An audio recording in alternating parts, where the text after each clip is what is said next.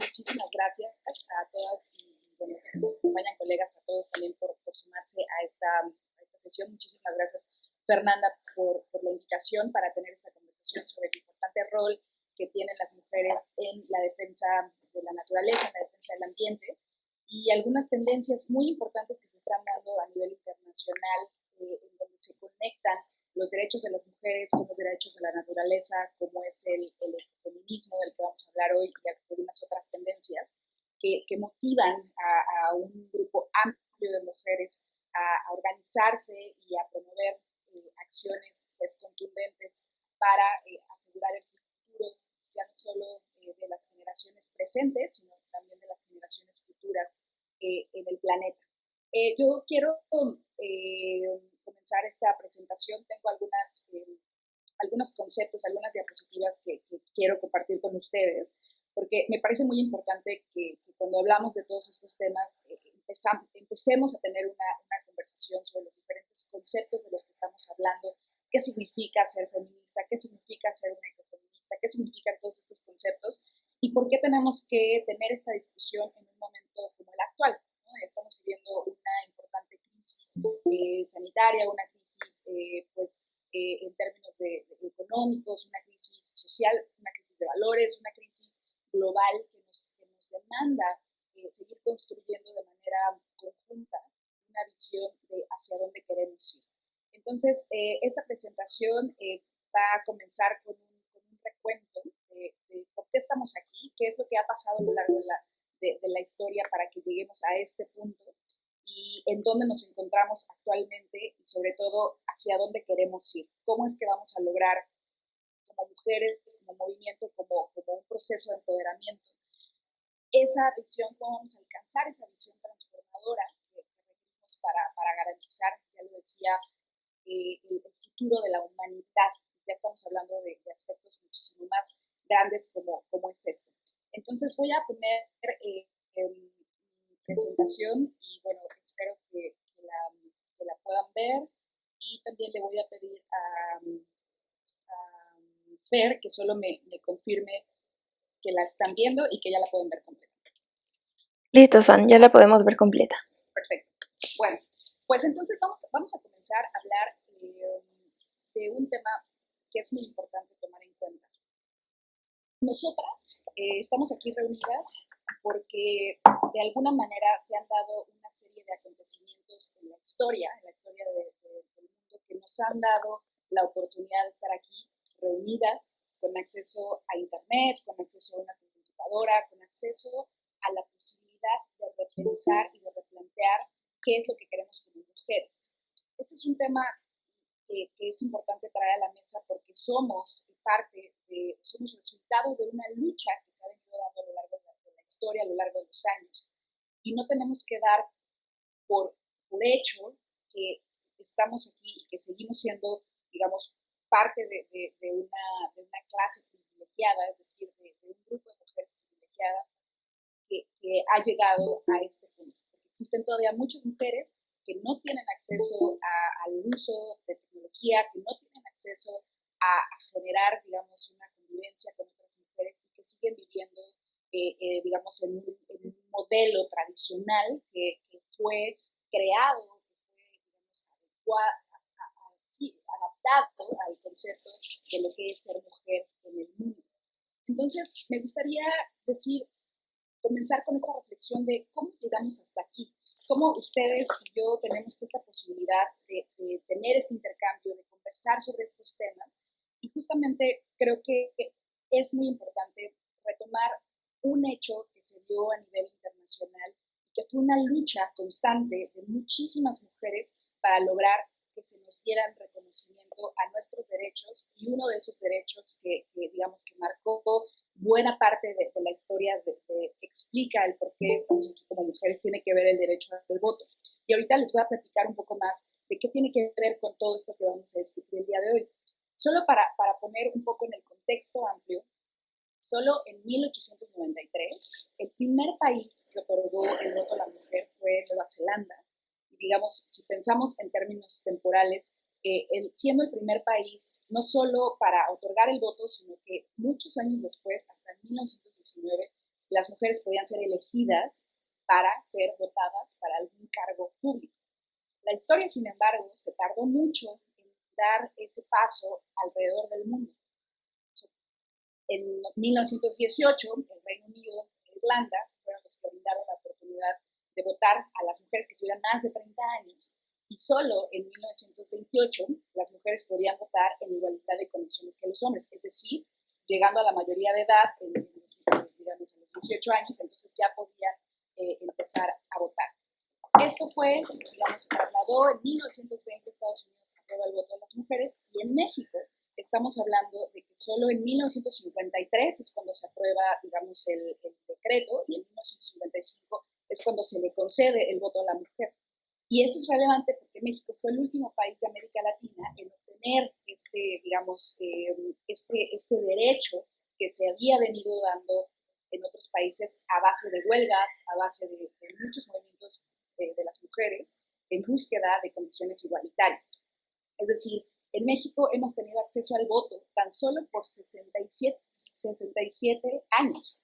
Pareciera mucho, pero si lo ponemos en contexto histórico, el rol de las mujeres, digamos, como lo conocemos hoy, ha sido producto de una lucha, de una batalla que se ha venido dando a lo largo de los años, pero es una lucha y una batalla que no están ganadas del todo. Hemos avanzado en la toma de decisiones, hemos avanzado en cuanto al acceso a la educación, hemos avanzado en cuanto al acceso a la tecnología y en empezar a posicionarnos en espacios de trabajo conjunto, pero no es una batalla ganada. Y esto es muy importante ponerlo en el contexto amplio, porque esto explica mucho de lo que queremos proponer para el movimiento feminista, para el movimiento de las mujeres. En el caso de España, por ejemplo, se recuperó el voto en 1975, se había ganado en 1931, pero se echó para atrás, y solo en 1975 se recuperó. Mientras que en países en donde ha habido una gran opresión a las mujeres, como es el caso de Arabia Saudita, solo ganaron el voto en 2015, es decir, solo 5 años atrás.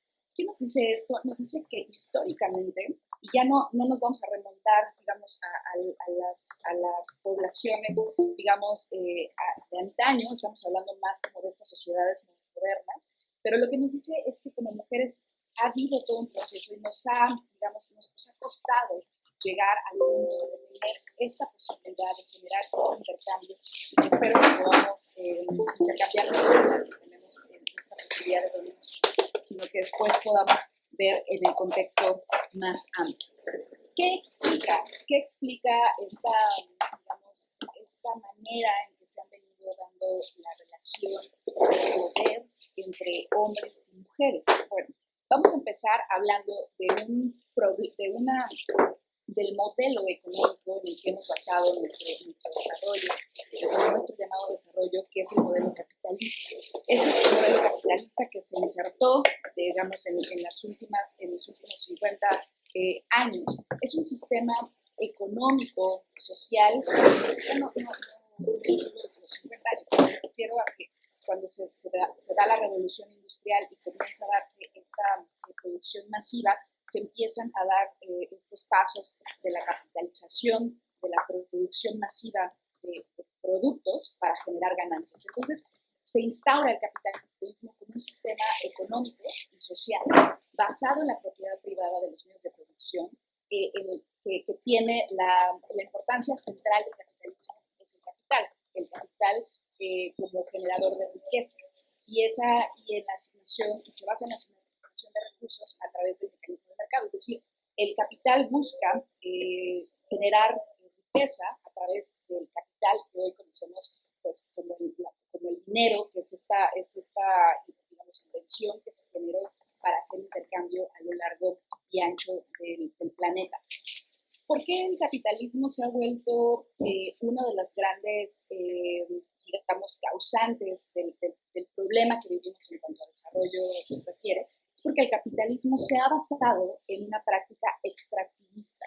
Esto quiere decir que para lograr este capital, el extractivismo ha buscado generar una serie de actividades económicas en las que se encuentran la extracción de más elementos que tengan que ver con el materialismo. Y esto motivó, pues, digamos, toda la ola de gran consumismo que se ha visto en el mundo y que hoy conocemos como la globalización. Esta idea del intercambio cultural con base en el intercambio de mercancías y que eso incrementó, digamos, el deseo de la población de tener cada vez más.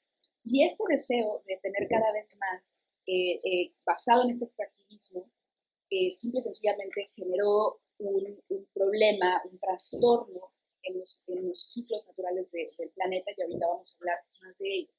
Pero, ¿cuál fue la característica de este sistema capitalista extractivista? Pues que tiene un carácter patriarcal. ¿Y a qué nos referimos con que tiene un carácter patriarcal? Se denomina, al patriarcado, al predominio de la autoridad que ejerce un varón, porque siempre es esta visión andrógena, que ejerce un varón sobre un grupo de personas o a una sociedad. Específicamente, ejercen un control, ejercen una presión sobre las mujeres y sobre las niñas y los niños, porque son considerados, poblaciones vulnerables que no tienen el poder de decisión. Y el patriarcado ha sido uno de los conceptos de las definiciones que se ha estado analizando a lo largo de los años, en donde existe esta idea de que el hombre tiene por definición el poder de mandar, el poder de controlar, el poder de coordinar a la población, y que de inmediato significa que es más capaz que cualquier otra mujer, porque tiene esta idea fija de que el hombre es igual al significado de poder, ¿no? Entonces, el capitalismo, el extractivismo se han basado en una visión patriarcal en la que los hombres mantienen el control de esas grandes producciones, de esos grandes, desarrollos económicos que han tenido importantes impactos. Quiero empezar a aterrizar todo esto que se ha dado a nivel internacional. Cuando hablamos de este modelo capitalista, hablamos de las dos grandes vertientes en donde hemos visto, en donde converge la degradación ambiental con la degradación de los derechos de las mujeres. Este capitalismo, esta extracción de recursos para generar ganancias monetarias, se ha hecho en detrimento de la naturaleza, porque no ha logrado reconocer, no acepta que la naturaleza tiene límites, que la naturaleza tiene ciclos, y que si esa extracción masiva no respeta los ciclos, entonces va a haber una consecuencia. Y un ejemplo de ello es precisamente la mayor emisión de gases de efecto invernadero, que son causantes del cambio climático. Los gases de efecto invernadero existen naturalmente en la atmósfera. Nosotros respiramos oxígeno y exhalamos dióxido de carbono. Y es gracias a estos gases que tenemos las condiciones atmosféricas para que haya vida en este planeta Tierra. Pero ¿qué pasa? Que con estas actividades extractivas, sobre todo la quema de combustibles fósiles como el petróleo, el carbón y el gas, pues se ha incrementado de una manera muy significativa la emisión de estos gases de efecto invernadero, causando lo que hoy conocemos como el cambio climático. Entonces, estas acciones basadas en este modelo económico y social han generado transformaciones, como es el cambio climático, por supuesto, al mismo tiempo otros problemas como la gran deforestación que estamos viendo en Amazonía, en Indonesia, en México y en otros lugares, también son parte de esta idea de expandir la producción y monopolizar la producción para satisfacer las demandas de una población demandante. Y otros problemas asociados a esto, pues, es la contaminación del agua, la contaminación del suelo y, por supuesto, otro tipo de contaminantes en el aire, otros tipos de contaminantes criterio que además tienen severos impactos en la salud. Entonces, el modelo de capitalista ha generado esta transformación, este trastorno en la manera en que hacemos las cosas, pero ha generado un trastorno en el ambiente, en el entorno en donde nos estamos, pues, en donde estamos viviendo. Y al mismo tiempo, este modelo capitalista patriarcal, que busca justamente esta generación, esta acumulación de poder, ha sido o se ha desarrollado también en detrimento de la vida humana, en donde para generar ciertas ganancias, pues necesitas pagar poco para ganar mucho. Y esto afecta, pues va en detrimento de los derechos humanos y particularmente de los derechos de las mujeres, que se han visto siempre como las más vulnerables, como las menos capaces. Y este modelo además ha generado esta brecha tan grande entre la pobreza y la riqueza. Entonces, para mantener a unos ricos, pues se ha explotado a los menos pudientes y esto ha incrementado pues, los niveles de pobreza en el mundo para satisfacer una demanda de ricos que son digamos, un estrato de la población que es muy pequeño frente a los millones de habitantes que viven en nuestro planeta. ¿Y qué pasa? Que esta idea de poder ha generado una degradación en la vida y en particularmente de los derechos de las mujeres.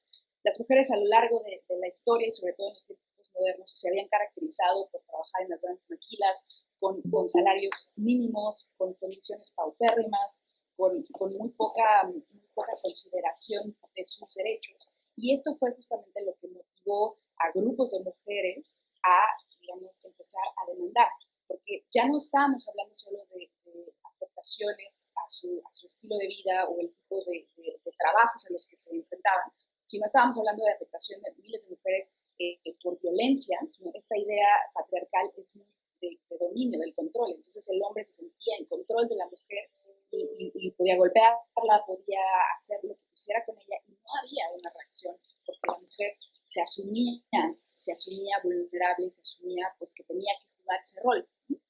Hubo muchísima indiferencia por muchos años y sobre todo se fue creando una idea de discriminación del hombre discriminando a la mujer. Y esto es parte de la historia. Y aunque parece que es algo que hemos ido superando, la realidad es que hoy seguimos viviendo severos trastornos sociales en donde la idea de la predominancia, digamos, andrógena del hombre se mantiene en nuestras sociedades. Esta idea de que los hombres son más capaces que las mujeres, que los hombres merecen mejores salarios que las mujeres, que los hombres deben y pueden hacer lo que ellos crean porque son los más, digamos, sabios, ha sido algo que ha ido en detrimento del desarrollo y del crecimiento de las mujeres. Pero esto es precisamente lo que motivó la formación de grupos, la formación de movilizaciones y la creación de nuevas formas de pensamiento que buscaran pues ese equilibrio. Y esto es justamente de lo que vamos a platicar. Y la razón por la que les quiero dar algunos conceptos es porque me parece muy importante entender a qué nos referimos cuando hablamos de ciertos conceptos. ¿Qué es el feminismo? Justamente en respuesta a estas condiciones terribles a las que las mujeres se enfrentaron por muchísimos años, nace el feminismo como una doctrina, como un movimiento social que pide justamente para la mujer el reconocimiento de sus capacidades y unos derechos que tradicionalmente habían estado reservados para los hombres. Y esto se refiere a que las mujeres no están planteando la supremacía de las mujeres sobre los hombres, como lo es el machismo. El machismo sí es una supremacía de los hombres sobre las mujeres. El feminismo no es una supremacía de las mujeres sobre los hombres, es una búsqueda de una equidad, que se nos respeten los derechos en igualdad de condiciones. Y de aquí se desprendieron muchos otros, digamos, movimientos, uno asociado a un movimiento que nació justamente en este contexto, en esta dualidad de que lo que estábamos viviendo con el modelo capitalista era claramente una degradación a la naturaleza y una degradación a los derechos de la mujer. Y este fue como un binomio que motivó a este grupo a nacer, que es el ecofeminismo. Y el ecofeminismo parte del principio de que el principio femenino, que es como la fuente de vida y la base de un desarrollo sustentable.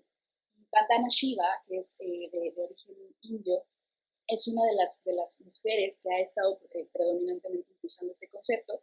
Y hay otras autoras que hablan de que el ecofeminismo es justamente la forma de alcanzar la igualdad de género, pero que además de alcanzar esa igualdad debe darse bajo el concepto de que tenemos que cuidar el medio ambiente si ambos sexos, por ponerlos como en algo dicotómico, mujer-hombre, femenino-masculino, si ambos sexos quieren, permanecer en esta tierra, solo pueden hacerlo si, además de esa equidad, se garantiza el cuidado del medio ambiente.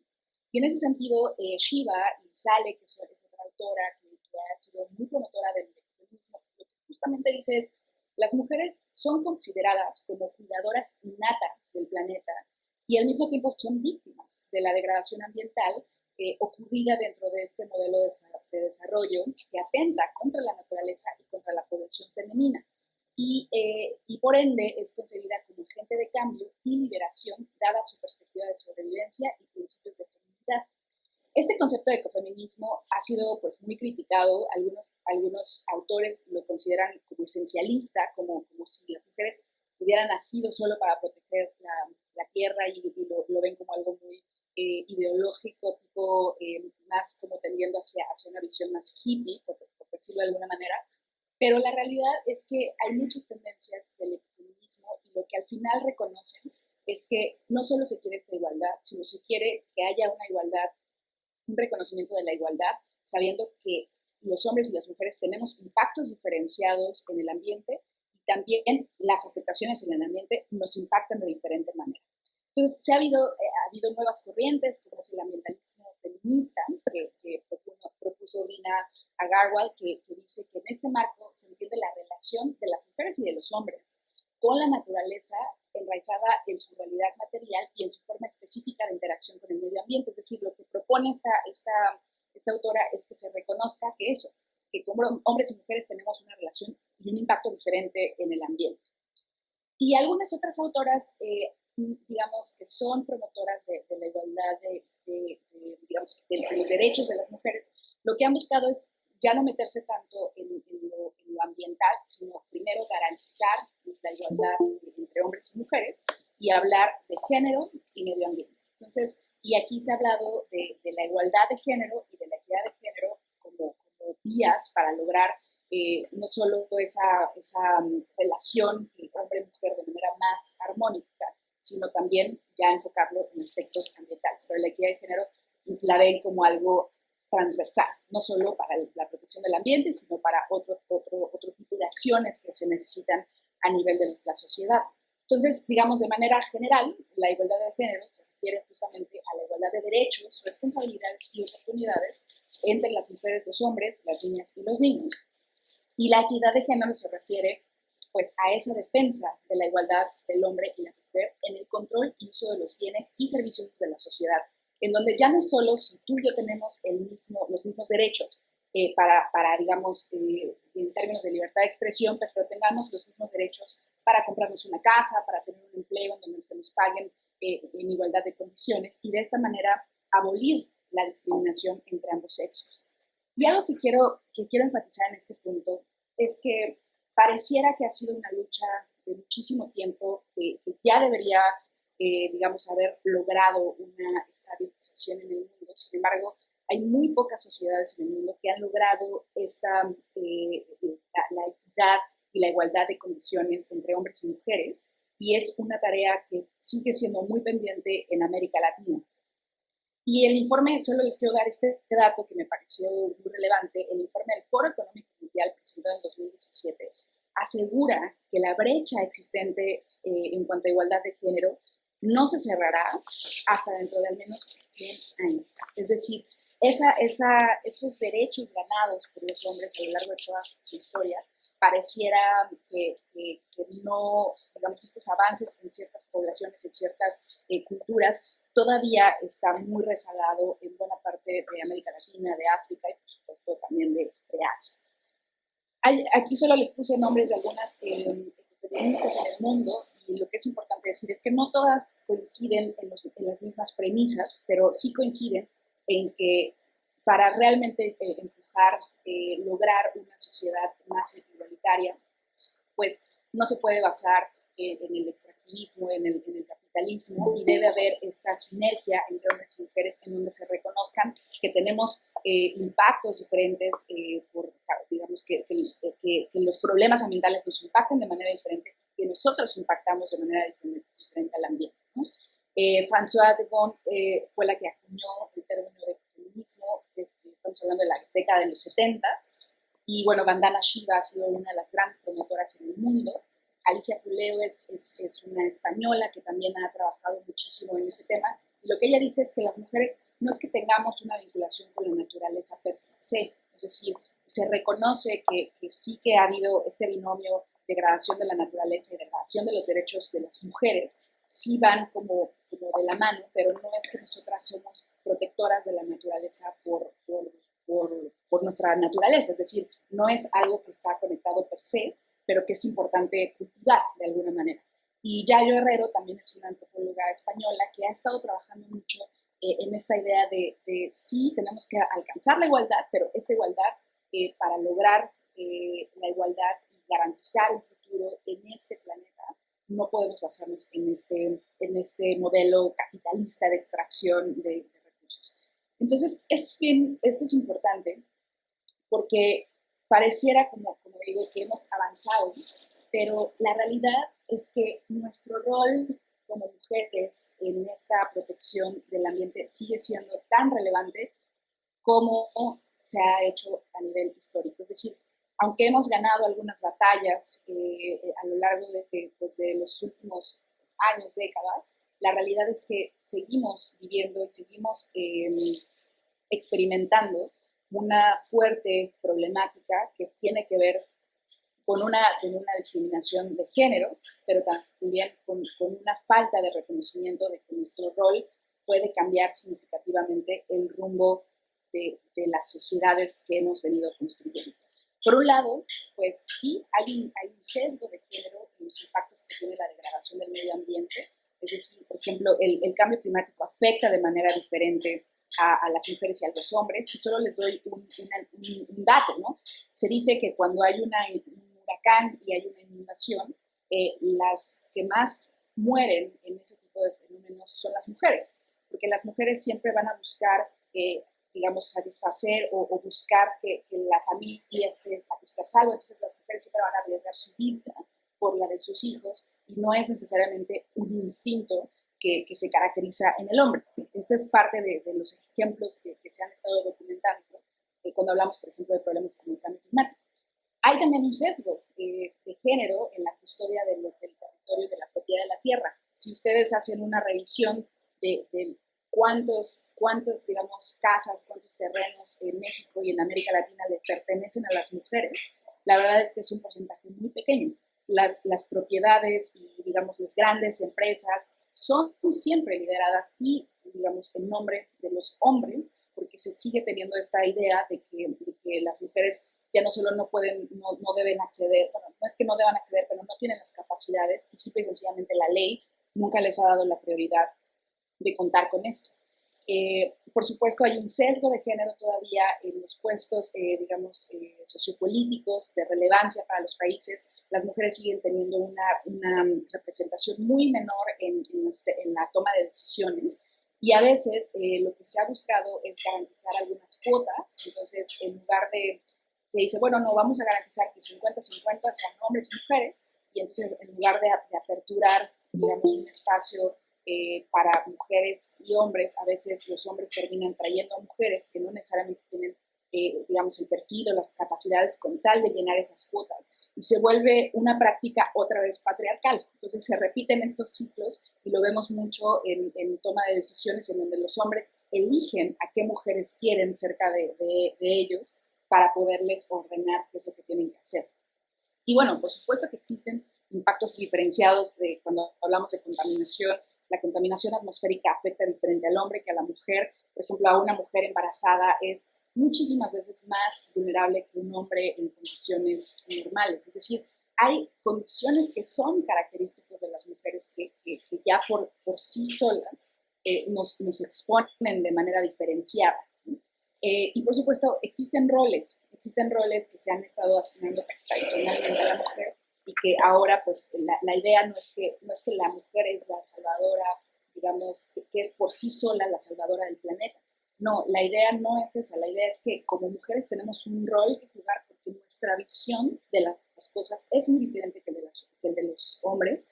Nuestro instinto, y no es solo instinto, digamos, físico, si quieren llamarlo así, pero es una visión que es muchísimo más integral, que sí tendemos a pensar en los demás cuando tomamos decisiones y que vemos los cambios de manera mucho más sistémica. Es decir, los hombres tienden a ser más pragmáticos. Si hago A, voy a tener un impacto B. Cuando en las mujeres realmente cuando tomamos una decisión, pensamos voy a hacer A, pero puede pasar B, o tal vez C y D. Entonces tendemos a pensar en un abanico mucho más amplio de posibilidades y esa es la razón por la que las mujeres tienen un rol muy importante cuando hablamos de la protección del ambiente, porque para tomar una decisión, no solo pensamos en la inmediatez, pensamos en las consecuencias que esa acción va a tener y eso implica pues un sentido de ver que si voy a hacer A va a tener un impacto en B y C y eso me va a llevar a pensar en una política muchísimo más integral, que es lo que que es de lo que no hemos visto en el liderazgo de los hombres en el mundo, y el capitalismo y el cambio climático y toda la degradación ambiental es muestra de esa visión de voy a hacer A para hacer B y voy a ganar, y no ven, ¿no?, el contexto más amplio. Y por supuesto sigue habiendo esta fuerte, digamos, relación entre la dominación de la naturaleza y la dominación de la mujer, que hay que no solo cortar, sino que hay que empezar a tejer de manera mucho más sinérgica para entender la vida de manera totalmente diferente. Esa es la meta. Y justo ahora quiero platicarles rápidamente de dos experiencias que yo he tenido en particular la oportunidad de vivir y que yo quisiera compartirles porque yo creo firmemente que como mujeres tenemos un rol muy importante, pero es muy importante decir que ser feministas o no es que todas somos iguales, ¿no? Implica mucho, como lo dice una gran colega, Itza Castañeda, dice, las feministas pues entre nosotras hay diferencia en dónde vives, en dónde te desarrollas, el tipo de cultura en el que creces. Y yo creo que esto es algo muy interesante porque yo lo que he observado es que incluso cuando tú eres una feminista de ciudad, eres una feminista muy diferente a si eres una ciudad o una feminista del entorno rural. Y esto que les quiero platicar son dos experiencias de liderazgo de mujeres, pero que tienen dos enfoques totalmente diferentes y que al final del día es importante saber que el tipo de feminismo al que apelamos no siempre es lineal, ¿no? Hay ideas, hay pensamientos, hay maneras de hacer las cosas, pero al final del día, en el caso de nosotras, que somos protectoras de la naturaleza, pues pensamos que al final el largo plazo lo que queremos pues es actuar para generar un menor impacto en el entorno y garantizar que la humanidad y las especies sobrevivan de manera, digamos, armónica. Entonces, estas dos experiencias que les voy a contar de liderazgo son dos enfoques diferentes que me gustaría como conversar con ustedes para reflexionar. El primero de ellos, les comentaba Fer que fui partícipe de un programa de liderazgo de mujeres en la ciencia que se llama Homeward Bound, que es una iniciativa australiana, digamos, tiene un enfoque muy occidental, por decirlo de una manera, digamos, muy de un enfoque de países, pues como Australia, como Estados Unidos, en donde tienen una idea de que el liderazgo es algo más lineal, es decir, hay que empoderarnos para ganar control, para ganar poder y tomar decisiones, ¿no? Y no está mal, es un liderazgo muy dirigido para tomar decisiones y para actuar. Y su lema es la madre naturaleza necesita a sus hijas. Y justamente el objetivo pues, es crear esta red de colaboración no jerárquica para trabajar y proteger al planeta y visibilizar a las mujeres digamos, e incorporar a las mujeres, impulsar a que las mujeres formen parte más de la toma de decisiones. Y también lo que buscan es pues que haya convertir a las participantes en expertas en liderazgo, para que las mujeres puedan verse como las líderes del futuro y traten de trabajar en esta esencia para la toma de decisiones. Estar en la Antártida fue para mí una de las grandes lecciones de vida, porque pude evidenciar no solo los impactos del cambio climático, pero haber convivido con tantas mujeres de diferentes países me llevó a entender que el liderazgo es muy diferente dependiendo de dónde vienes y qué es lo que quieres. Creo que esto es muy importante cuando hablamos del rol de las mujeres en la defensa del planeta, porque a veces lo que observamos cuando vivimos en ciudades, insisto, o cuando vivimos en otros contextos, es diferente. Y eso no nos hace ni más ni menos. Simple y sencillamente el objetivo del liderazgo radica en que a veces la persona se ve como el único medio para alcanzar la transformación. Y esta es una manera de ver esta experiencia que yo tuve, estaba muy apegada al empoderamiento de la persona como el agente de cambio. Y entonces esto es muy interesante porque este es parte del liderazgo que vemos mucho en países como Estados Unidos, insisto, en Australia, en donde se empoderan a las mujeres como el agente de cambio, pero a veces tenemos que pensar en qué implica como ese agente de cambio transformar el entorno en el que nos desarrollamos. En esta experiencia, para mí fue muy revelador, porque yo creo que las mujeres no necesitamos, no todas las mujeres quieren ser líderes, las mujeres lo que quieren es ser parte de una comunidad que transforme. Y yo creo que son visiones diferentes. Yo creo firmemente que las mujeres no somos el futuro, yo creo que las mujeres somos el presente y hemos venido cambiando la historia a lo largo de todos estos años, a veces más ganando más batallas, a veces perdiendo, pero al final del día pues lo que queremos es garantizar como que se nos respeten nuestros derechos y formar parte de un entorno, de una comunidad muchísimo más equitativa. Y esta segunda experiencia que les quiero contar, justamente aprendiendo de este programa que tuve la oportunidad de hacer, lo que me di cuenta es que el liderazgo vale cuando tienes un objetivo. Es decir, si tú eres una persona que quiere liderar y que quiere defender, esa defensa se fortalece cuando tú eres parte de una comunidad que va a llevar o que va a trabajar para defender ese objetivo. Entonces, hace un par de años tuve la oportunidad de crear esta campaña que se llama Defensoras, que justamente es una campaña, es un programa que busca visibilizar la importancia del rol de las mujeres en la protección de la naturaleza, de los derechos humanos y de la equidad de género, pensando no solo en las mujeres pues, que están en el territorio, que ellas se enfrentan todos los días a la degradación del ambiente, pero también mujeres que han dedicado su vida académica, su vida política, su vida social a promover la protección de la naturaleza como una vía para luchar por la protección del planeta y de la humanidad. Y justamente el año pasado tuve la maravillosa oportunidad de visitar la Amazonía ecuatoriana y haber llegado ya con este contexto, ¿no? en un momento que me encontraba, fue para mí muy revelador, porque esta idea de nuestro rol tiene que ver con cómo somos parte de esta comunidad.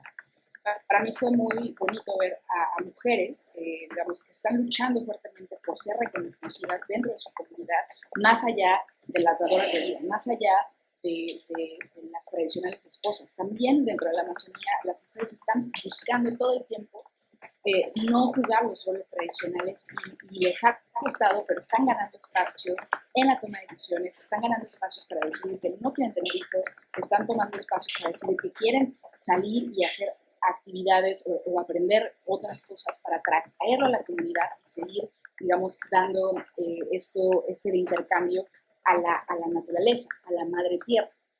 Y justo en este aprendizaje de que el liderazgo no es lineal, el liderazgo es, digamos, sistémico. Si tú haces una cosa y a otra persona le transmites esa visión, entonces esa persona a su vez lo va a transmitir a otros y así, ¿no? Y vamos a lograr este enfoque sistémico que necesitamos. Y por eso creamos el curso que se llama Defensoras de la Pachamama, que busca precisamente brindar herramientas a mujeres que están interesadas en la protección activa de la naturaleza y no solo, digamos, de manera general, pero también en la protección de territorios sagrados como es la Amazonía y justamente haciendo alusión a que tenemos que, digamos, trabajar desde diferentes frentes para poder lograr estos cambios que queremos. Y este programa se basa pues, en una unión de mujeres basada en los principios de respeto, equidad, justicia y sobre todo amor por la naturaleza. Y esa es la conexión, porque yo creo firmemente que el modelo capitalista del que hemos venido, digamos, pues creciendo y desarrollándonos, se alejó por completo del entendimiento de la naturaleza y eso nos llevó a generar coartar el respeto a la naturaleza. Entonces yo creo que tenemos que regresar y reconectarnos con la naturaleza para entender no solo sus ciclos, sino sabernos parte de ella. Somos parte de este entorno, no somos actores ajenos y aunque hemos trabajado de una manera muy, digamos, ajena, lo que estamos viendo hoy como impactos, pues es respuesta a eso. Y justamente en este espacio que creamos, lo que estamos buscando es un respeto y una promoción de la sororidad. Ustedes habrán escuchado, pues es esta, de acuerdo a la Real Academia Española, es este lazo de afecto entre mujeres, pero sobre todo es una relación de solidaridad entre las mujeres para buscar el empoderamiento mutuo. No es que vamos a formar a una líder para que tenga 1000 seguidoras, no, es cómo logramos seguir tejiendo este trabajo, aprendiendo de quienes ya tienen experiencia y transmitirlos a quienes empiezan a desarrollar, digamos, estos proyectos de vida. Y es una manera de ir construyendo una comunidad. ¿Y hacia dónde queremos ir? Y con esto quiero terminar. Creo que es muy importante decir, ya lo hemos dicho, el modelo en el que estamos actualmente es insostenible y lo que queremos construir es justamente un camino hacia el buen vivir. ¿Qué significa el buen vivir? Es un concepto que se ha formulado sobre todo en países andinos, en Sudamérica, y tiene que ver con el gozo de la vida. Habla de la vida plena, la vida en plenitud. Y la vida en plenitud es aquella que se vive en armonía y en equilibrio con la naturaleza y en comunidad. Por eso le llaman no solo el buen vivir, sino también le llaman el buen convivir. ¿Y qué es lo que nos dice el buen vivir? Es que en el buen vivir tenemos que abolir o tenemos que olvidarnos de 3 grandes aspectos. El primero es que el buen vivir no puede basarse en el extractivismo. O sea, no podemos, digamos, extraer la riqueza de la naturaleza para satisfacer las necesidades de la población. Tenemos que repensar la manera en que hacemos las cosas y cambiarlas para asegurar que la naturaleza nos va a ayudar, ¿no? Nos va a brindar los elementos que necesitamos para seguir desarrollándonos. En la filosofía del buen vivir no puede existir la pobreza, no pueden existir estas brechas de los pobres manteniendo a los ricos. Y aquí tiene que haber un balance en cómo vamos a lograr ese reconocimiento. Y para cerrar esa brecha, pues tenemos que hacer un cambio sustantivo de pensamiento de qué es lo que realmente nos hace felices en esta vida. Y hay un tercer tema que tiene que ver con que el buen vivir no, para lograr el buen vivir, no puede haber extinción de especies. Es decir, yo humano no puedo cazar, no puedo pescar, no puedo hacer cosas que impliquen la extinción de especies para satisfacer mis necesidades. Y esto, siempre les doy una anécdota. Cuando yo llegué a la Antártida, para mí fue muy impresionante ver y saber que cada día más pingüinos están muriéndose en la Antártida porque estas grandes embarcaciones pesqueras llegan a la Antártida, al océano Antártico, y extraen todos los peces, pero en esta extracción extraen este pequeño crustáceo que es el krill, que es la base de la alimentación de los pingüinos y de muchas otras especies de la Antártida. Entonces, esta acción extractivista está haciendo que este pequeño crustáceo pues ya no esté en abundancia y que sumado al calentamiento global, el cambio de temperatura en el agua está haciendo que este crustáceo ya no se reproduzca de manera tan rápida. Entonces, ya no se reproduce tan rápido y la pesca está extrayéndolo de su entorno y está generando un desbalance completo en el entorno antártico que está poniendo en riesgo ese equilibrio. Y es un territorio que está alejado de nosotros, que no necesariamente convivimos con él. Sin embargo, esas demandas en algunos países está generando impactos en territorios que pensamos que nunca que no deberían importarnos porque están lejos de nosotros, pero en realidad somos parte de un sistema. Y eso es lo que este concepto del buen vivir, basado en una cosmovisión indígena de un respeto a la Pachamama. Y la Pachamama es un concepto que viene precisamente de estas culturas donde la Pacha es el mundo, es la tierra, y la mama es la madre. Se habla del respeto de la madre. Y hay mucha gente que ve este concepto como algo como algo hippie, como algo totalmente que no quieren asumirlo.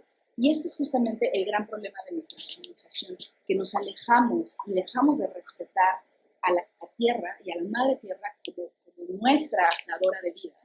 Y es lo mismo que está pasando con las mujeres. los hombres dejaron de respetar a las mujeres que tienen no solo un rol como dadoras de vida, pero un rol digamos, en este entorno y que al final, para lograr políticas, para lograr una sociedad justa, una sociedad equilibrada, necesitamos de la participación de las mujeres y necesitamos la participación de los hombres en igualdad de condiciones, porque tenemos puntos de vista diferentes, pero esa visión diferente es la que nos va a ayudar a tomar decisiones y a lograr sociedades que se encaminen hacia el buen vivir, pero con esta concepción de una real coexistencia y convivencia que nos ayude a respetar el entorno del que somos parte. Porque si nosotros no caminamos hacia esa vía, el respeto del entorno, que también como mujeres tenemos que hacer, no solo porque somos vulnerables, sino porque como mujeres también somos depredadoras, también hacemos cosas que afectan el ambiente. Entonces, es como nosotras entramos con esta visión diferente y tratamos de cambiar las cosas, pero como los hombres también respetan ese proceso y empezamos a caminar de manera, digamos, conjunta hacia esa visión del buen vivir basada en plenitud de derechos y respeto a la madre tierra, que es la que da todos los elementos para que nosotros estemos en este planeta. Entonces, bueno, aquí me gustaría dejarlo, digamos, a grandes rasgos. Yo creo firmemente que las mujeres tenemos un rol primario y prioritario, y lo hemos tenido por años, pero no se nos ha dado la oportunidad de expandir todos estos conocimientos y tratar de tejer y construir unas sociedades colectivas. Pero este es nuestro tiempo, este es nuestro momento. Lo que hemos ganado, lo que nos han ayudado a ganar mujeres en el pasado, hoy nosotras tenemos que tomar responsabilidad y seguir empujando para que las otras generaciones que están ya ahorita, las jóvenes y las niñas que están detrás, puedan acceder a más derechos que los que nosotras tenemos. Y esa es la lucha. Dicen, educa a una niña y vas a realmente cambiar la manera en que las sociedades se comportan. Así que yo creo que hay que seguir trabajando por la liberación, no solo del alma, del pensamiento, pero también por este reconocimiento de que somos parte de esta naturaleza y que si queremos seguir aquí, pues tenemos que seguir luchando por las condiciones igualitarias, hombres y mujeres, y para todas las especies de este planeta. Y pues muchísimas gracias, creo que ya me alargué muchísimo, pero bueno, feliz de si hay alguna conversación para que podamos seguir pues con este intercambio. Así que pues muchísimas gracias. Muchísimas gracias, Ann. Qué buena reflexión. Me quedé pensando en muchas cosas. ¿Alguien tendrá alguna pregunta o comentario que quisiera hacer para seguir la conversación? Si gustan, podemos ponerlos en el chat. Si tienen alguna, podemos ir poniendo como números para darles la palabra.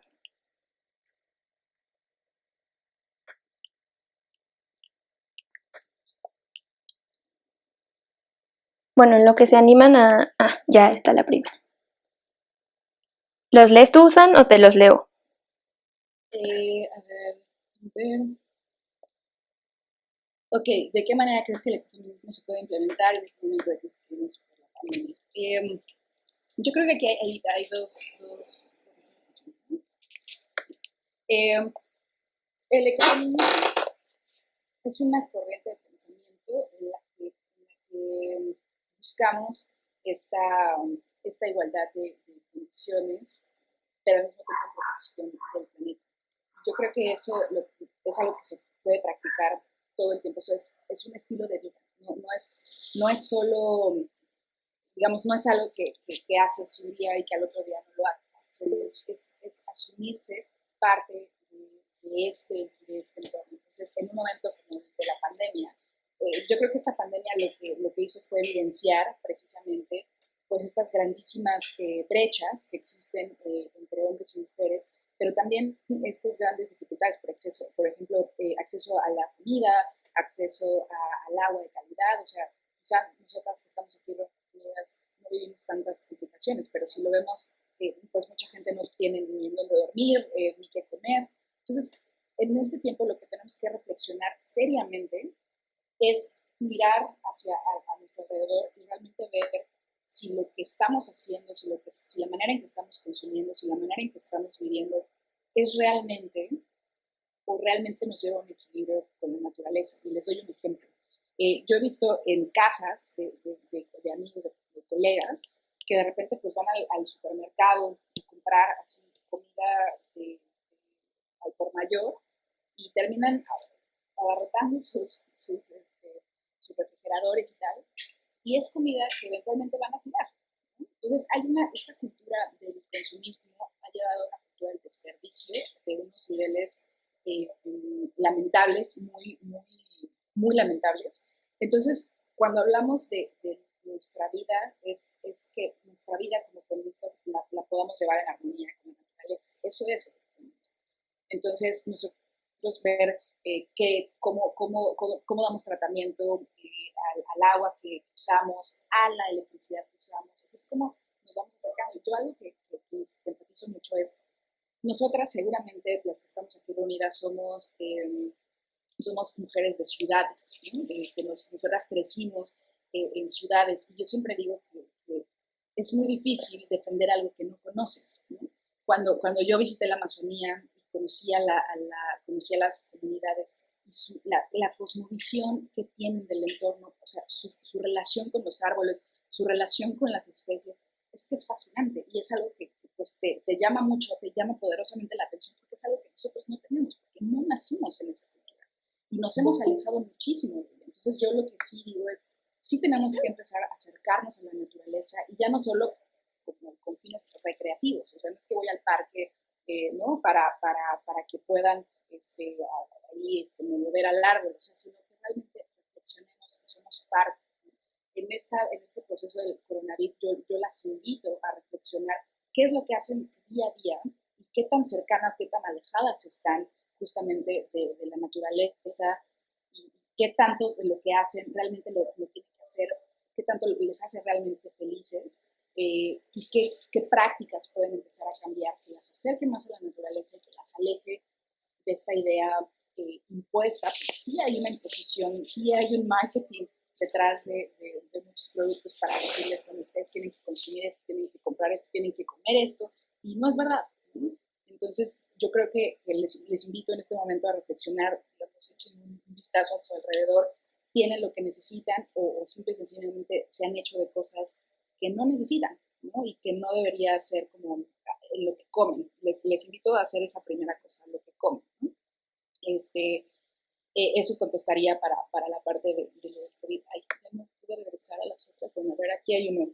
¿Cuál es el fundamento teórico del ecofeminismo? ¿Algún texto que me pueda subir? Claro que sí, les puedo pasar varias lecturas con muchísimo gusto. Ahorita les vuelvo a poner mi correo para contarles más. Hay mucha literatura de lo que es el ecofeminismo, literatura, digamos, que habla, digamos, del enfoque teórico, pero también hay, como les decía, hay enfoques pues que son más como críticos para fortalecer el esquema y hay muchas nuevas corrientes, ¿no? O sea, yo me declaro feminista porque yo sí creo que para que nosotros podamos garantizar y luchar y ver por esta lucha por la naturaleza, sí hay una conexión entre nuestros derechos y los derechos de la naturaleza. Yo sí creo que esa conexión con la naturaleza es algo que es fundamental y que creo que como mujeres sí desarrollamos un nivel diferente de visión cuando hablamos del medio ambiente. Yo creo que sí, pero bueno, hay muchas formas de vivir, ¿no? Y esto es algo que es importante. Yo me considero una feminista de vida, ¿no? Yo no o sea, no me especialicé en estudios de género, pero he vivido toda mi vida como feminista, ¿no? Mi mamá me transmitió, ella era una feminista sin nunca haberse, digamos, considerado ella misma una feminista, pero luchó mucho para que yo pudiera romper estos roles tradicionales de vas a tener un hijo, te vas o 5 hijos y te vas a quedar en la casa solo haciendo lo que el esposo te diga, ¿no? Y a ella le tocó.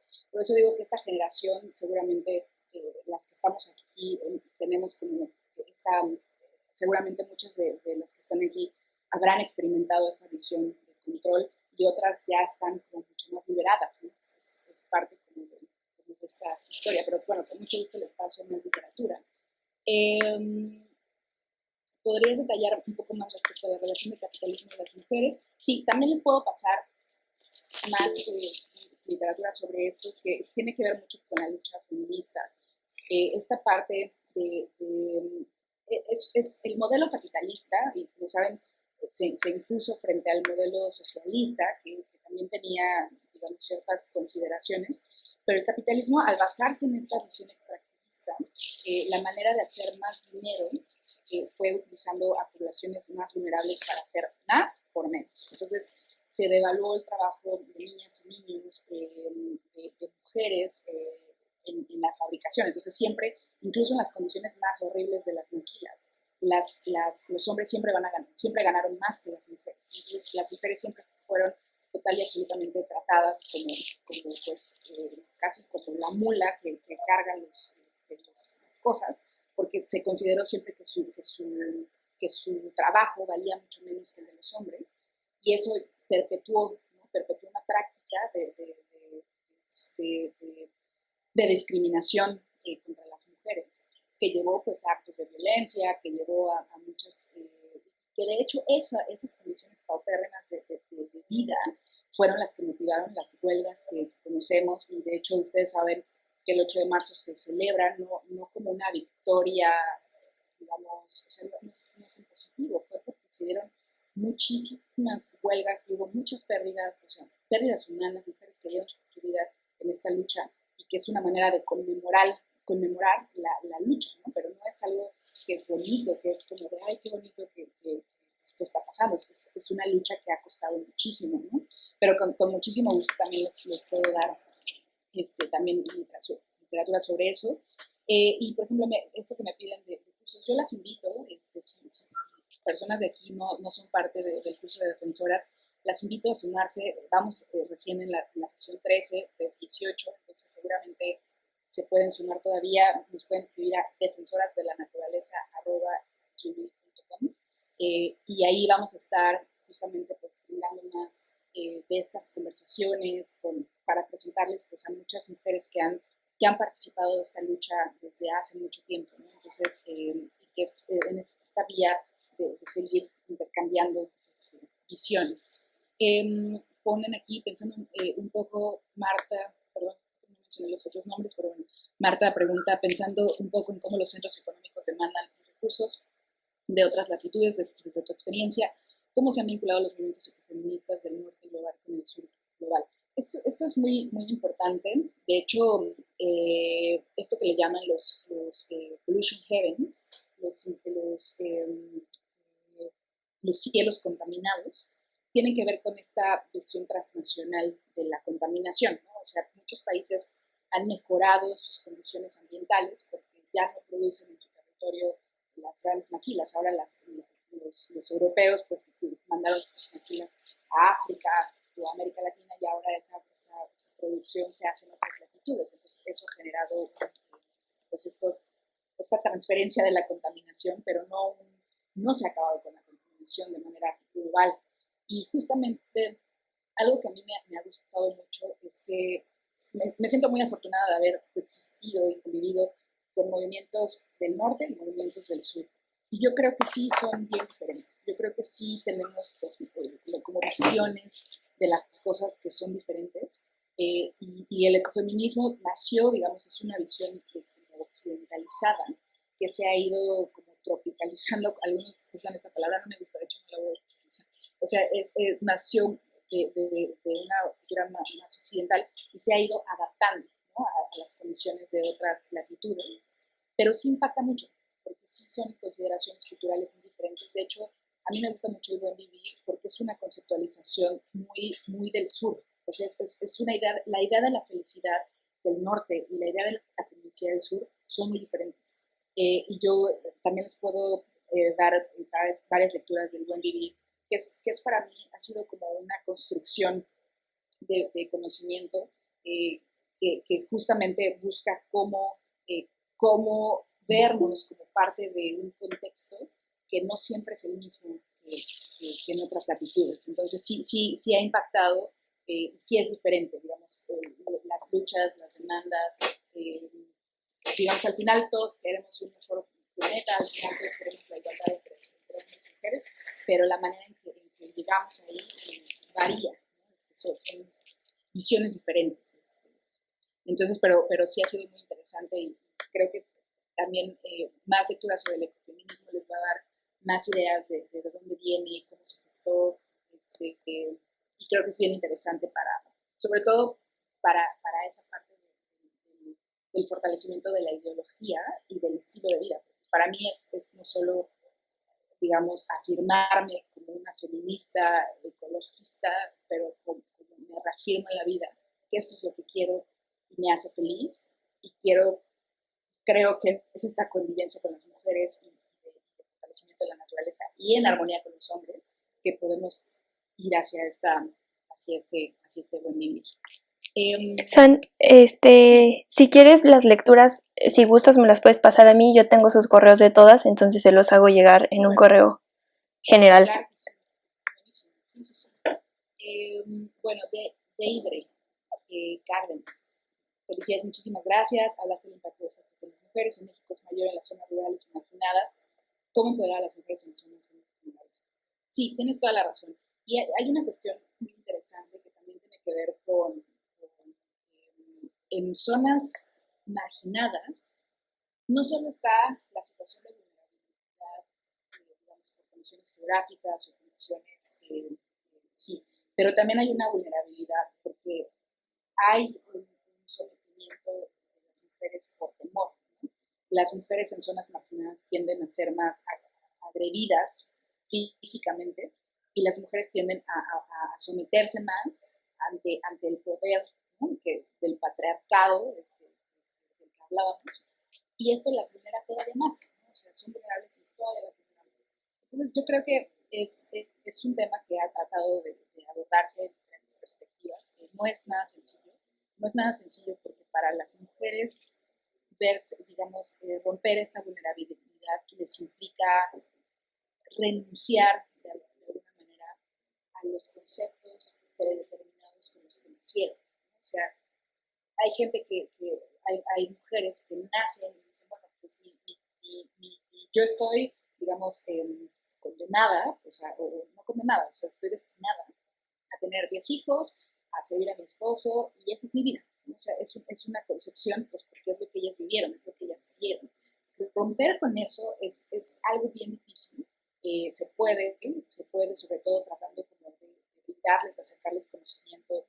Les comentaba de la experiencia que tuve en la Amazonía, porque en la Amazonía lo que evidencié es que hay mujeres que están empezando a cuestionarse el modelo. O sea, antes lo que tú observabas es que si había una reunión de los jerarcas, digamos, de la comunidad, pues las mujeres siempre estaban atrás, no hablaban, no interactuaban.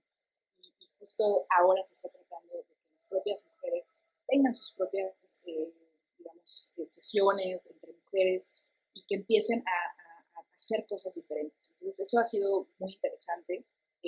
Nos hablaban en algunas poblaciones de que eso las ha empoderado de alguna manera. Ver que la de al lado ya no tuvo hijos. O sea, para mí fue muy bonito ver que ahora ya están buscando cuidarse. O sea, porque ellas no tenían control de cuántos hijos tenían, eran los que te toquen y ya. Y ahora empiezan a cuestionar, no, a ver, yo no quiero tener 5 hijos, a lo mejor solo quiero tener uno y yo decido cuándo, ¿no? Estas discusiones que para nosotros podrían ser, pues, elementales, porque a lo mejor nosotras ya nacimos y crecimos en otro entorno, para ellas es algo totalmente nuevo, ¿no? O sea, poder ellas decidir sobre su cuerpo, sobre si quieren o no tener hijos, ha sido algo revolucionario, ¿no? Entonces, ¿cómo lograr empoderarlas? Pues empezando por mostrarles que ellas tienen la capacidad, el derecho de tomar decisiones y buscar mecanismos para, digamos, brindar información no solo a ellas, también a los hombres, ¿no? Por eso es importante no perder de vista que cuando hablamos de equidad de género, cuando hablamos de todo esto, no es porque nosotros odiamos a los hombres, no, de ninguna manera, es porque nosotros queremos que empoderarnos, digamos, tener todos estos elementos para estar en igualdad de condiciones y que nuestra voz se escuche y prevalezca, y no solo pues se nos dé por un lado, ¿no? Entonces no es nada sencillo, pero hay programas muy bonitos que podrían ayudar a favorecer a las poblaciones, sobre todo las que viven en lugares muy vulnerables. Me pregunta Amanda, pregunta, ¿cómo fuiste a la Antártida? Muchas gracias. Bueno, pues justamente les platiqué de este programa de empoderamiento de las mujeres en la ciencia, Summerbound, y fui seleccionada, apliqué, soy la primera mexicana del programa. Y pues el programa, además de ser un programa de empoderamiento, pues busca que llevar a este grupo de mujeres a la Antártida. Y la razón por la que se decidió que fuera a la Antártida es porque hay un argumento, la Antártida es un territorio neutral, está ahora dedicado más a estudios científicos, y justamente era como para ponernos en un espacio neutral y aprender, digamos, de las acciones que se están haciendo científicamente hablando para proteger el territorio. Entonces era como una manera de ponernos, pues, a gente de muchos países en un lugar neutral para aprender de liderazgo, pero sobre todo, pues, tratando de hacer algo para elevar la conciencia sobre lo que pasa en la Antártida, ¿no? Entonces, con muchísimo gusto, tengo mucho material también de la experiencia del programa que también les puedo compartir con muchísimo gusto. Me pregunta Brittany cómo se puede aplicar el feminismo en nuestros hábitos de consumo de ropa calzado por mujeres, no en el sentido de generalizar, pero sí en el sentido de que nos llama la atención a muchas de nosotras, en el sentido de que el fast fashion es un tema de suma importancia en el contexto de contaminación ambiental y explotación de la mujer. Esto justo lo que yo les decía es que el ecofeminismo no es una práctica, o al menos como yo lo interiorizo, no es una práctica, digamos, de hoy sí, mañana no. ¿No? Es una práctica de entender que yo como mujer soy parte de un entorno natural y que quiero que mis prácticas, que mis actos, que mis acciones no vayan en detrimento del entorno. Entonces, por ejemplo, ha sido muy, yo les hablaba de que hay que ver cómo nos desenvolvemos desde el punto de vista de lo que comemos, lo que vestimos, en dónde vivimos, cómo nos movilizamos, qué cosas hacemos, digamos, como cotidianamente. Y esto implica, pues, ese reconocimiento de que no somos ajenos. Yo creo que lo más importante es aceptar que somos parte del entorno. Y cuando nos asumamos como una especie más, en ese momento vamos a romper con muchas prácticas, porque entonces nos vamos a preguntar, ¿realmente necesito 20 pares de zapatos? ¿Realmente necesito 15 chamarras? ¿Realmente necesito esto? Y nos vamos a contestar que no. Y yo creo que eso es muy importante cuando hablamos de todo esto, qué es lo que realmente nos hace felices. Y por eso también les invito a ver esta visión del buen vivir como una meta, ¿no? O sea, el feminismo es una práctica, es una vida, es un estilo de vida, pero el buen vivir que está muy relacionado, pues es como una brújula, ¿no? De hacia dónde queremos ir. Entonces, y eso pues es la vida cotidiana, ¿no? Las invito a ver todas estas, pues, literatura para que vayamos aprendiendo en las diferentes visiones. Me pregunta Giovanna, me gustaría saber si conoces otros conceptos similares a la Pachamama, que sean de otras regiones, y también saber cuáles crees que son las características de una defensora de la naturaleza. Muchas gracias también por todas las preguntas y esta en particular. Hay muchos conceptos, hay una cosa muy bonita de las culturas africanas que se asemejan mucho a este concepto de la naturaleza como la dadora de la madre tierra. Y al final todas caen en esta idea de que somos parte de todo, o sea, que somos parte de un todo. Y algo que ha sido muy bonito es que en todas estas culturas se ha respetado el rol, por ejemplo, las culturas que tienden a respetar a la naturaleza son las que tienden más a respetar también el rol de la mujer, ¿no? Así es muy interesante. No en todos los casos es una práctica común, pero por ejemplo hay muchas comunidades matriarcales, en el caso de África, en donde hay este reconocimiento de la mujer como la líder y también como parte de la protección del entorno, ¿no? Para garantizar el bienestar de la familia, ¿no? Como un concepto más, digamos, sí, mucho más profundo, no es como la familia tradicional, es algo más profundo. Y yo creo que es parte de cuando trabajamos en temas como cambio climático y otros, por eso hablamos mucho de que el conocimiento no solo tiene que ser el conocimiento científico, sino el conocimiento tradicional. O sea, en la construcción del conocimiento es esta convergencia, ¿no? entre una y otra cosa, pero es en respeto de los diferentes puntos de vista, porque va a ser muy difícil que todos tengamos el mismo punto de vista, porque tenemos diferentes necesidades, o sea, entre hombres y mujeres, pero al final es que todos tiendan hacia el respeto del bien común, ¿no? Por decirlo de una manera. ¿Y cuáles creo que son las características? Yo creo que ser defensora de la naturaleza, y esto se los dice alguien que toda la vida me he considerado una defensora, nunca me había titulado defensora, hasta hace muy poco me denomino a mí misma defensora y activista, aunque toda la vida lo he sido. Yo creo que la característica más importante es reconocer el, es reconocer el amor que tenemos por el entorno y es hacer que nuestra vida sea compatible con la protección de ese entorno. Y ya no hablo solo del entorno físico, sino también del entorno de la comunidad, ¿no? O sea, por ejemplo, como seres humanos, pues tenemos prácticas y tenemos, digamos, pues sí, cometemos errores, tenemos, pues, digamos, deseos que a lo mejor no siempre son los mejores, por ejemplo, no sé, les gusta comerse unas papitas de vez en cuando, qué sé yo, o sea, pero al final del día el tema es que tú trates de vivir en armonía con entre lo que piensas y lo que haces, ¿no? O sea, no puedes ser una defensora de la naturaleza y no sé, tirar la basura en la calle, o, sí,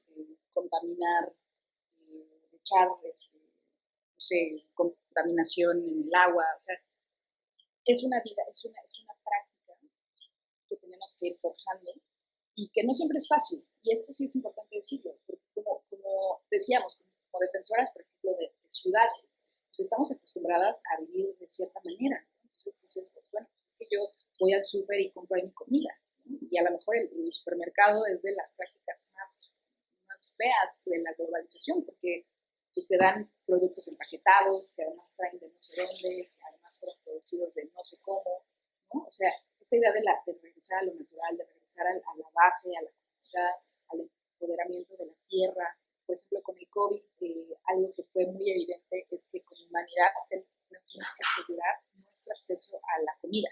O sea, producir nuestros propios productos en casa es, por supuesto, lo idóneo, pero no siempre tenemos el espacio físico para hacerlo.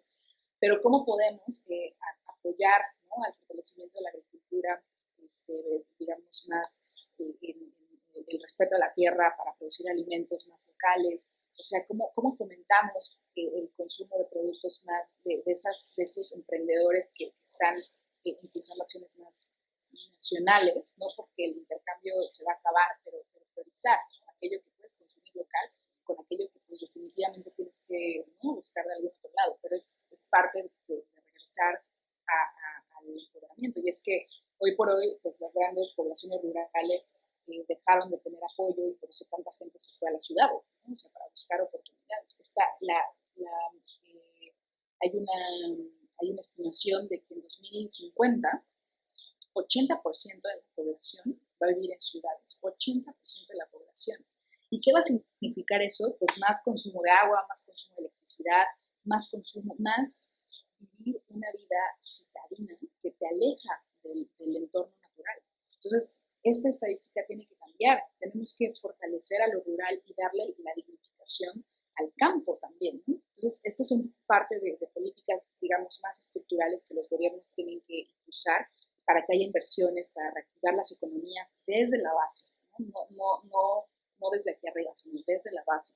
Y eso es muy importante y nosotras como defensoras pues es buscar la manera de apoyar esos emprendimientos, de apoyar ese tipo de desarrollos y cambiar, o sea, tenemos que cambiar el modelo, no podemos seguir manteniendo una industria de la ropa pues que genera condiciones muy nefastas para quienes trabajan en el mundo, ¿no? Niñas, niños, violación de derechos a ultranza, y bueno, China es el caso más típico, pero no es el único, Camboya, Indonesia, México. Entonces, eso es, o sea, que nos cuestionemos de manera más estructural y cotidiana, de dónde viene nuestra comida, de dónde viene nuestra ropa, de dónde viene ¿no? Lo que tenemos a nuestro alrededor. Eso, por ahí empezamos, ¿no? Por ahí se tiene que empezar. Me dice Giovanna que hay un grupo en Facebook que se llama Ecología y Feminismo, donde también hay libros que pueden sumarse. Perfecto, sí, está buenísimo. Yo creo que eso es lo bonito, que hay muchos movimientos, que somos el 50% de la población del mundo.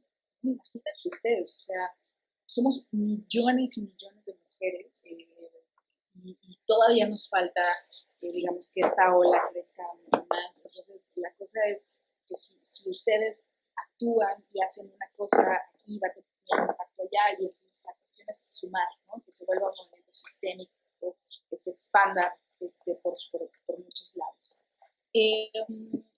Bueno, me dice Rosa Aurora, además de agredidas asesinadas por ser defensoras de territorios y sus recursos. Rosa Aurora, tocas un punto muy importante que traté de mencionar.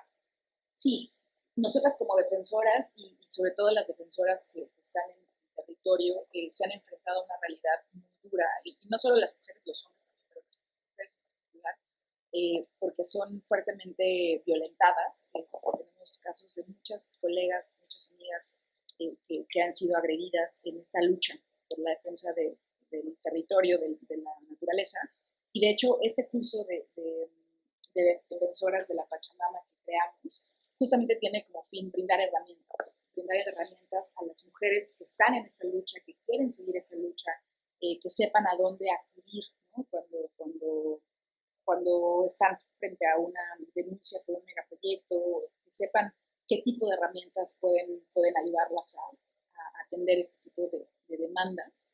Entonces es buscar herramientas y al final es generar una comunidad con la cual podamos construir este espacio de confianza que a veces necesitamos como mujeres para seguir intercambiando y para seguir fortaleciendo nuestra visión del mundo, ¿no? Porque eso también es muy interesante. O sea, nuestra visión del mundo es tan compleja, pero al mismo tiempo tan diversa, que es muy bonito cuando tienes un intercambio así entre mujeres y te entiendes, ¿no? Y no es lo mismo cuando conversas con un grupo de hombres, que insisto, no es una lucha, no es ellos contra nosotras. O sea, es más como esta visión que tenemos nos permite construir con los hombres este cambio de paradigma que necesitamos y que es muchísimo más estructural, ¿no? Y por eso yo creo que el COVID fue muy interesante para darnos, primero mostrar, ¿no?, las grandes inequidades en donde estamos, y luego darnos una oportunidad de replantearnos hacia dónde queremos ir, ¿no? Eso es lo más fundamental. Bueno, me dicen gracias, muchas gracias a ustedes por estar aquí. Muchas gracias, Julie, Sandra. Me dice Valentina, soy argentina y me gustaría saber cómo ves el avance del ecofeminismo en Latinoamérica, en qué países está más desarrollado. Yo creo que hay una cosa muy interesante, y es que en América Latina cada vez hay un mayor movimiento feminista en general y feminista ecologista o ecofeminista en particular. Creo que cada vez hay un mayor reconocimiento. Es muy bonito porque casi, no todas, pero buena parte de los feministas son ambientalistas o son ecofeministas. O sea, hay una buena parte de esta tendencia que apoya los movimientos ambientales y protección de la naturaleza, y las que no son ecofeministas y son feministas, por supuesto que apoyan, ¿no? O sea, no hay yo creo que no hay un movimiento que se oponga al crecimiento de la protección de la naturaleza, pero ha sido una construcción que va ganando fuerza. Ustedes se acordarán de lo que pasó recientemente con la marcha de las mujeres en el mundo, no solo en América Latina, pero en el mundo, y que ha llamado mucho a esta sororidad, a salir de las casas y decir, yo fui violentada, yo he sido, digamos, presa o víctima, pero al mismo tiempo soy agente de cambio. Y yo creo que esa es la motivación más grande. Y entre más nos vamos formando, vamos viendo, o sea, entre más nos sumamos, vamos teniendo un apoyo mayor. Por ejemplo, lo que yo vi en Chile fue fascinante. O sea, en Chile, colegas muy queridas de Chile me decían, es que esto nunca lo habíamos visto. O sea, la cantidad de mujeres afuera, no solo eran las grandes feministas, pero era un movimiento muy poderoso en Argentina, por supuesto en México también hubo un movimiento muy bonito, en Centroamérica es un poco, o sea, crece, pero está todavía más contenido, y también hay muchos temas de seguridad que impactan, pero yo creo que en general ha habido una evolución, cada vez hay más confianza, ¿no? Eso es lo bonito.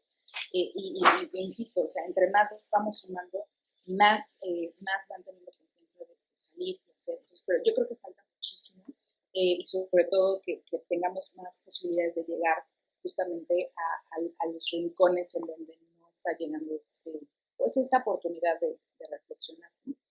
Y bueno, ya se nos está acabando el tiempo, perdón. Alexa me dice, me encantó tu charla, muchísimas gracias. Una pregunta, ¿existe algún plan nacional o política pública de México para fortalecer el tema del cambio climático con perspectiva de género? Y voy a ligarlo con lo que me comentaba Olimpia, me da gusto. Con respecto a la agresión a personas defensoras, el acuerdo de Escazú, en el artículo 9, tiene lineamientos para proteger a las personas que luchan por la defensa de la naturaleza y el territorio. Totalmente. Justo cuando, Alexa, tu pregunta es muy importante y es importante decirles que, de acuerdo a la Ley General de Cambio Climático que se aprobó en 2012, la política de cambio climático debe, de alguna manera, incluir elementos de equidad de género, pero esto no quedó tan claro, digamos, como nos hubiera gustado, pero existe el Acuerdo de París, ¿no? Que es el tratado, digamos, internacional que se desprende de la Convención Marco de Naciones Unidas sobre el Cambio Climático, en donde estipula en su artículo 2 que, en su artículo, bueno, en su preámbulo, más bien en su artículo 2, en su preámbulo, que debe de haber, que la política climática o las acciones de cambio climático tienen que tener un enfoque de género. Entonces, en México, por ejemplo, en la construcción de programa especial de cambio climático, como la Estrategia Nacional de Cambio Climático, se ha tratado de meter la perspectiva de género, pero el problema más grande que tiene México y que tienen muchos países ya no es solo integrar la perspectiva, sino hacerla valer. No es solo mencionar ahí cambio climático y género, no, o sea, es cómo aseguras que tus políticas, por un lado, consideran estas dos visiones, hombres y mujeres, y cómo te aseguras que las políticas que pongas en marcha no vulneran los derechos ni de hombres ni de mujeres, ¿no? O sea, y es una cuestión que implica, pues, observancia tanto del público como de la ciudadanía. O sea, sí tiene que haber esta construcción para garantizar que las políticas tengan este enfoque, pero ya no solo en el papel, ¿no? Sino que se cumplan. Y ese es el reto más grande. Y esto que menciona Olivia me parece muy importante porque justo está este acuerdo de Escazú, que es una construcción ciudadana muy importante que busca justamente la defensa, ¿no? de los territorios, el acceso a la justicia, el acceso a la información, y esto tiene mucho que ver con la defensa del territorio, tiene que ver mucho con nuestras acciones cotidianas, porque hasta ahorita las que hemos sido defensoras y los que están en territorio, pues lo han hecho porque están peleando por su vida, ¿no? por su territorio, pero no han tenido a un Estado que los proteja, no han tenido leyes que los protejan y las leyes que medianamente se han creado, pues no han terminado de implementarse, no han terminado de protegernos. Entonces, esto es muy importante para el futuro. Varios países ya son parte del Acuerdo de Escazú, que esperamos que sea una nueva dinámica para la protección ambiental.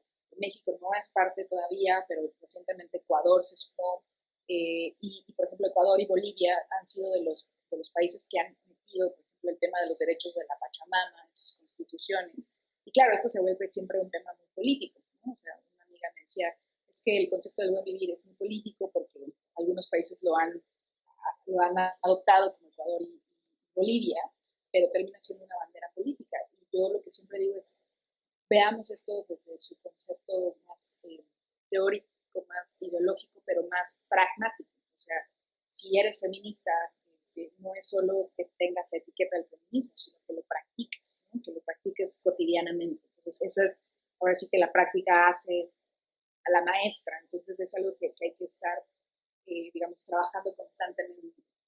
Y bueno, me pregunta Angélica, quiero retomar la pregunta de Gala, ¿qué tan relacionado está el ecofeminismo con el veganismo? Esto es algo de la práctica, por ejemplo, como cotidiana. Sí ha habido tendencias